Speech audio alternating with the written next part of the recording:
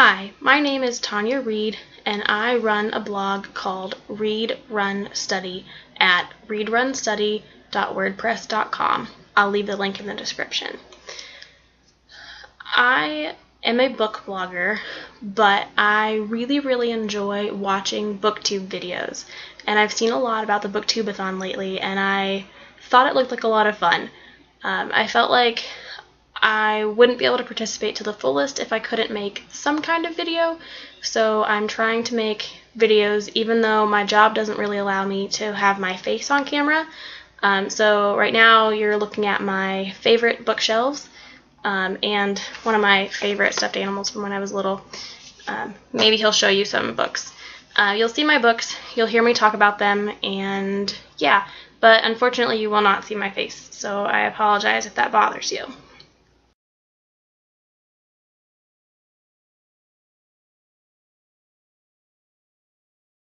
The first books are actually a set, the Mouse duology. I plan to have these count as starting and finishing a series, and then these will also count as my book with pictures because they are both graphic novels,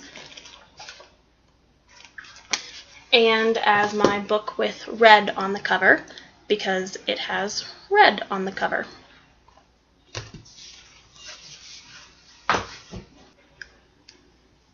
For the book-to-movie adaptation, I will be reading Bridge to Terabithia and watching the movie Bridge to Terabithia. This book is a childhood favorite that I still love. It's really emotional, but it's excellent. And I have been meaning to reread it for a while, so this is a really great excuse to reread this book. The movie came out a few years ago. It looks like this. It came out, I believe, in 2007, and I was actually surprisingly impressed. I was probably one of the older people in the audience. I'm not that old, but it was definitely a lot of kids. But I went on the day it came out, and I was surprised by how much I actually liked it. It's a little cheesy, sure, but it's good.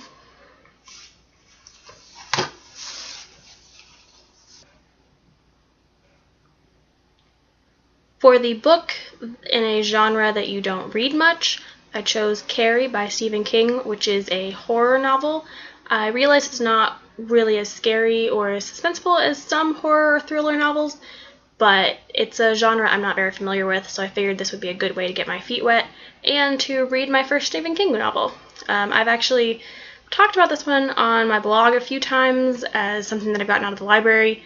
I think this is the third or fourth time I've gotten it out. And I keep meaning to read it, and I don't know why I don't. So now is a great time to go ahead and just read this. For the book someone else chose for you, I have Full Moon by Jim Butcher, which is the second book in the Dresden Files series. This is a series that a friend tried to get me into a few years ago, and I really loved the first book. But there are 15 books already in the series, and I just didn't have time to keep going. And now I own a lot of them, and I would like to continue with the series, and I'm also turning on a couple other people to the series, so I thought that this was a good time to read Full Moon. Yeah, so I guess technically the friend didn't immediately recommend it to me, but it counts.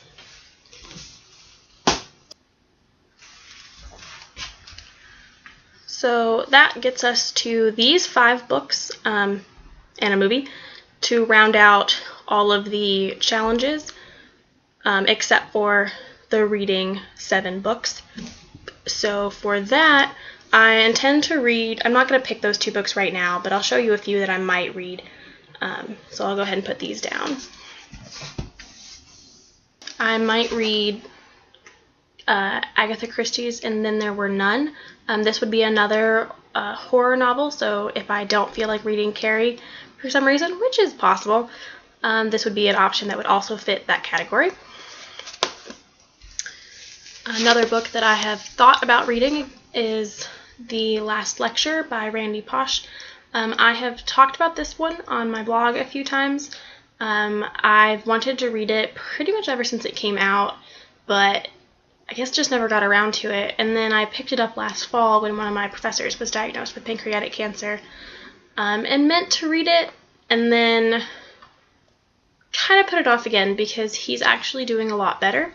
And I didn't know if this book was sad or not, and I didn't want it to be sad. So we'll see. Maybe I'll read it.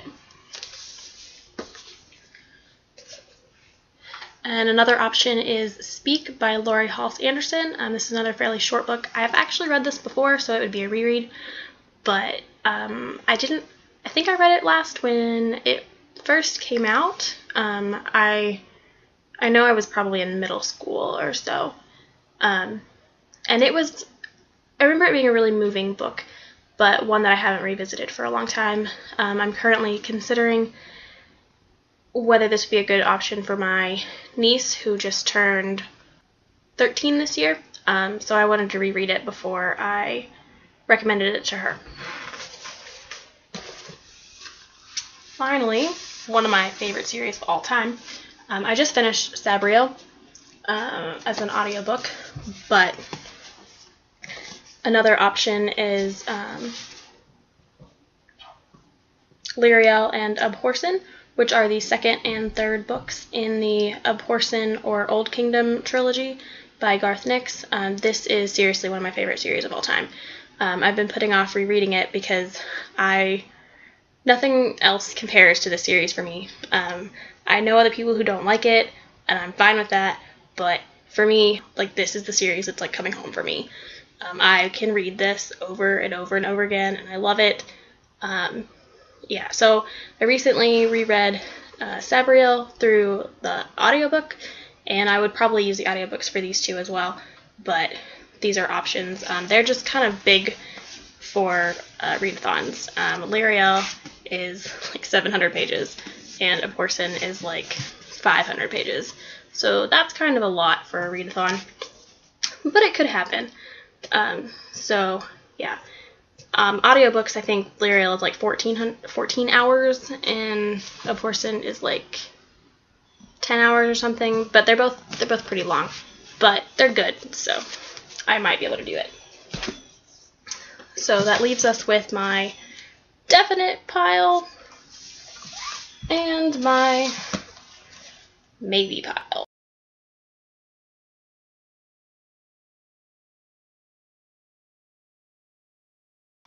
Here is my cat. He apparently thinks he needs to help. Hi there. How are you? Are you hungry? It's his dinner time. He would like to have dinner now. So he thinks I should let him know why dinner is not happening, and I'm filming in my bedroom instead. Kitty. Kitty boy. What? Go away.